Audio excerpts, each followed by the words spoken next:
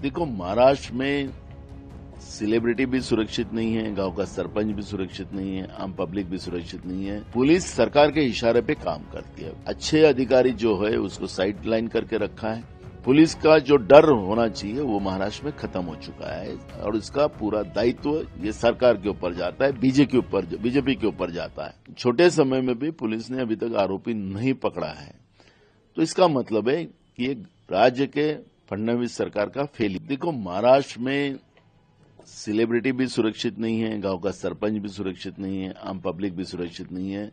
अगर सरकार के विरोध में आवाज उठाने की बात हुई तो जिस तरह से परभनी में एक लॉ के स्टूडेंट को भी पुलिस कोम्बिंग के माध्यम से मारा गया था, ये स्पष्ट है।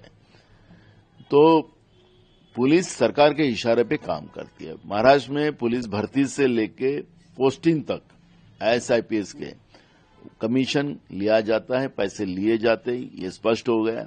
अच्छे अधिकारी जो है उसको साइड लाइन करके रखा है और इसीलिए पुलिस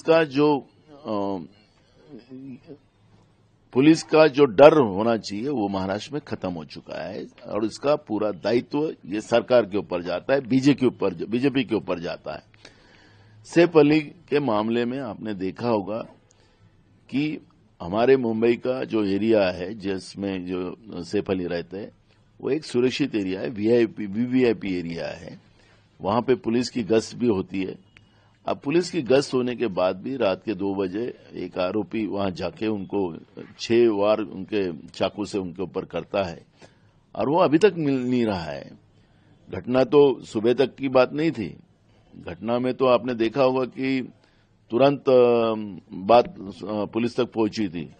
तो इतने छोटे समय में भी पुलिस ने अभी तक आरोपी नहीं पकड़ा है, तो इसका मतलब है कि ये राज्य के फडणवीस सरकार का फेलियर। छोटे समय में भी पुलिस ने अभी तक आरोपी नहीं पकड़ा है, तो इसका मतलब है कि ये राज्य के फडणवीस सरकार का फेलियर। देखो, महाराष्ट्र में सेलिब्रिटी भी सुरक्षित नहीं है, गांव का सरपंच भी सुरक्षित नहीं है, आम पब्लिक भी सुरक्षित नहीं है।